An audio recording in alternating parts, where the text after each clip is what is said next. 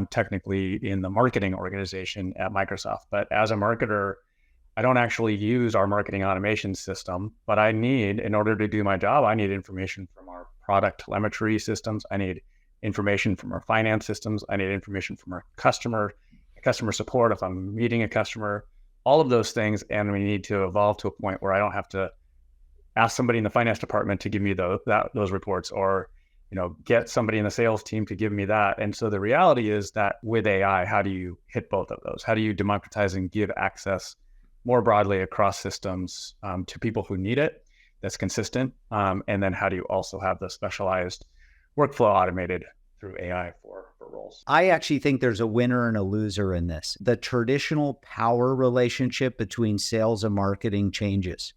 I think marketing becomes more powerful and sales has to get more aligned with all the data and the intelligence that marketing has in order to do their job most effectively. There are always people who gain power and people who lose power in these big technology shifts. And I think the marketers are the winners. I think of some of the data that we see nowadays coming about in the B2B space, kind of younger buyers, how they're indicating that they'd prefer 80% of their interactions with a brand be digital versus kind of interacting directly with a sales rep. And I think then you look at that space and say, well, 80% of those interactions, are those marketing? Are those sales? And it's hard to define, but I think it probably tips towards the direction that you're implying. Business process and systems will evolve as they remain in service of the objectives of an organization. And what we've been hearing from organizations is even in tough times, no one gets a mulligan, no one gets a pass on growth. So what they're looking for is profitable growth. You're going to facilitate that either by increasing your top line, managing your bottom line, both.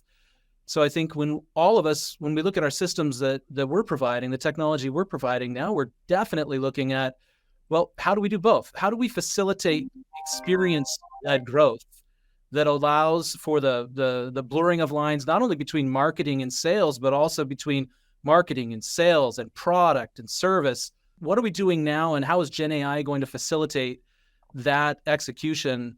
I think that's when it becomes obvious that GenAI absolutely is going to be a tool that we rely on, but in as much as it potentially in some cases introduces new workflows or removes the need for workflows, but also how it behind the scenes and sometimes under the waterline will remove the friction of those workflows to ensure that we're facilitating that experience-led growth, that profitable growth for organizations.